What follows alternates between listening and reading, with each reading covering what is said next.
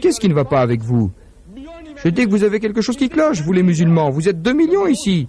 Tous comme des hommes castrés, voilà. Vous avez contracté un complexe d'infériorité. Plus d'imagination dans ce pays, le pays le plus développé au monde, civilisé, avec toute cette technologie. Vous vous comportez comme des hommes mous, voilà. Des musulmans mous. Je parle en particulier de ceux qui sont venus de l'Est, qu'ils soient arabes, pakistanais, bangladeshiens ou indonésiens. Tous des hommes mous. Qu'est-ce que vous m'avez fait lorsque je suis venu ici en 77? Qu'est-ce que vous êtes en train de faire maintenant? Je ne vois que des hommes mous, des hommes castrés, des hommes châtrés. Vous n'avez pas d'esprit, pas de volonté, pas d'énergie, pas d'enthousiasme militant. Je suis venu ici en 77 pour donner des conférences et j'ai téléphoné de New York à un centre musulman qui se trouve plus à l'ouest, une communauté musulmane. Je dis j'arrive. Il me demande quel sera le sujet de votre conférence. Le sujet? Je dis que la Bible dit de Mohammed, il dit c'est un très bon sujet pour commencer. Très facile de commencer par la théologie comparative. Ce livre, ce sujet, je dis d'accord. J'arrive à l'heure et à la date prévue. Avez-vous fait de la publicité? Ils m'ont donné une brochure, pas comme celle-là, mais un petit tract. Comment l'appelez-vous? Flyer. Il y est écrit « Un prophète dans la Bible ». Ahmed Didat parlera d'un prophète dans la Bible. Je dis « Ne comprenez-vous pas l'anglais, vous, les étudiants d'université, vous, idiots? Un prophète ?» Je dis « C'est quoi un prophète ?» Savez-vous ce que signifie un? Vous ne savez pas? Cela signifie n'importe quel prophète. Un signifie n'importe lequel. C'est un article indéfini. Cela signifie n'importe quel prophète dans la Bible. Il y en a là 75. Et c'est n'importe lequel parmi eux. Êtes-vous intéressé par un quelconque prophète de la Bible? Les chrétiens sont-ils intéressés par un quelconque prophète de la Bible? Les juifs sont-ils intéressés par un quelconque prophète de la Bible? Non. Votre complexe d'infériorité, je dis, quoi, la Bible? Vous êtes même trop terrifiés pour écrire ces mots. Un autre groupe, je leur dis Mohammed, le plus grand. Quand je suis allé là-bas, ils avaient mis Mohammed le grand. Ils ont placé mon prophète au même rang qu'Alfred le grand.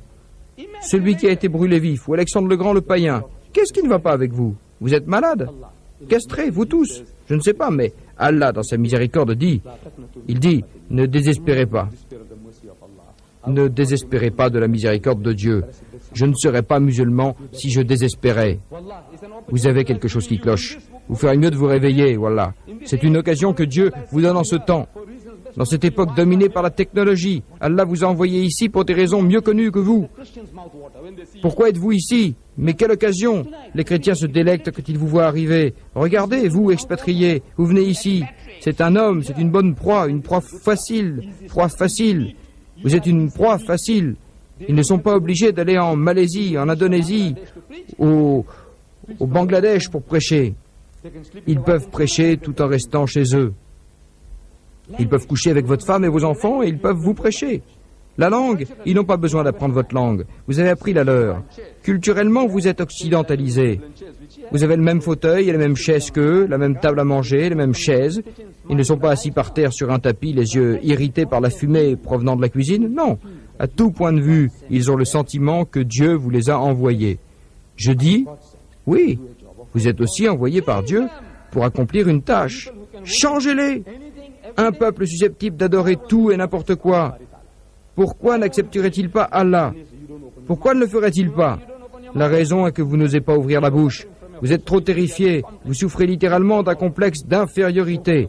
Arrachez-vous à leur influence. Ouvrez le Coran, lisez le Coran et laissez Allah vous parler.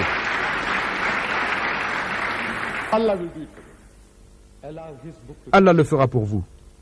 Laissez son livre vous toucher, touchez votre cœur. Et Inch'Allah, laissez Allah vous parler. Et il vous parle dans le Coran. Il nous parle tous, à vous, à moi, à toute personne dans la rue. Laissez-le vous parler et vous ne resterez plus jamais sur votre séant à ne rien faire. Vous attendez que d'autres viennent semer la pagaille chez vous, vous utilisez comme un sac de sable, comme un paillasson, vous mettre des idées dans la tête. Est-ce là la règle? Allah dit non. Et même si Allah est témoin de cela, il fera triompher sa religion. C'est un privilège qu'Allah vous accorde, saisissez-le.